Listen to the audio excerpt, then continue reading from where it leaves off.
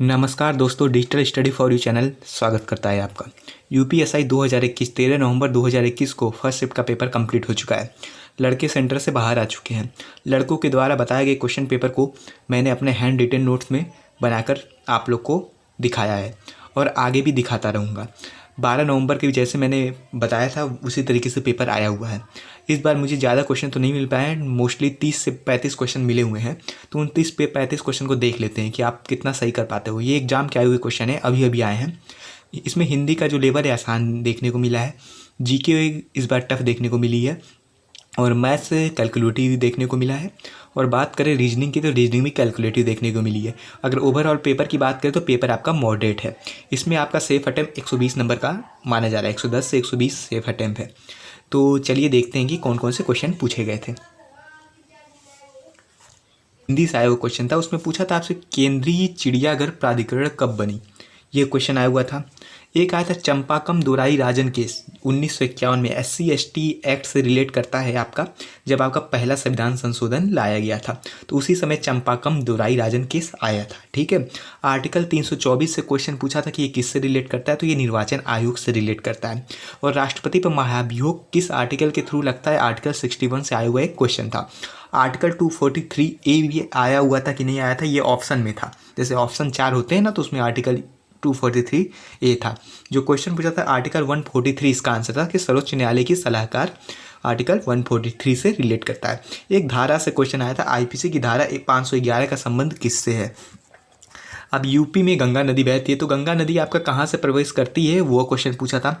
UP का सबसे famous case, UP का बच्चन सिंह केस, उससे भी रिलेट क्वेश्चन आया था कि बच्चन सिंह केस किससे है, कौन कौन इससे लड़ा था, कब हुआ, ये सब आप लोग याद करके रखिए। 93वें संविधान संशोधन से क्वेश्चन आया था। आपको बताया था कि 92 और 93वें संविधान संशोधन बहुत फेमस क्वेश्चन है, याद कर लीजिएगा। और दल बदलू से भी क्वेश्चन आया है कि नहीं आया वो भी देखते हैं, इसमें आया हुआ क्वेश्चन है। एक रीजनिंग का सबसे दमदार क्वेश्चन देखने को मिला था, इसमें था 0 4 18 4800, तो यहाँ पे कौन सा डिजिट आएगा ये बनना था। तो इसका जो पैटर्न बन रहा था कि क्यूब करके स्क्वायर को माइनस कर दीजिए। तो 1 क्यूब माइनस 1 स्क्वायर करेंगे तो 0 आएगा, 2 क्यूब माइनस 2 स्क्वायर करेंगे 4 आएगा, 3 क्यूब माइनस 3 स्क्वायर करेंगे 18 आएगा, 4 क्यूब माइनस 4 स्क्वायर करेंगे 48 आएगा, 5 क्यूब माइनस 5 स्क्वायर करेंगे 100 आएगा। इसी तरह के जो अगला नंबर आएगा 6 क्यूब माइनस 6 स्क्वायर करने पे 180 आएगा, यही आंसर था।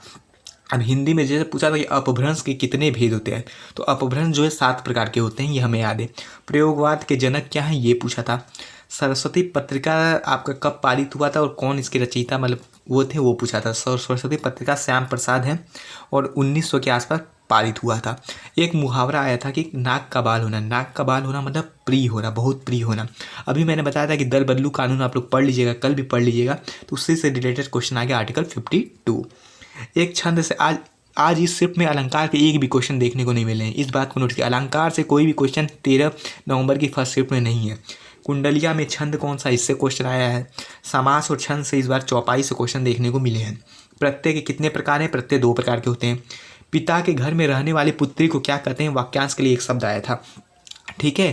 कैबिनेट मिशन भारत में कब आया, तो आप लोग जानते हैं कैबिनेट मिशन जो है आपको आज़ादी से पहले आया था। कब आया था आप लोग कमेंट बॉक्स में लिख के जरूर बताइए।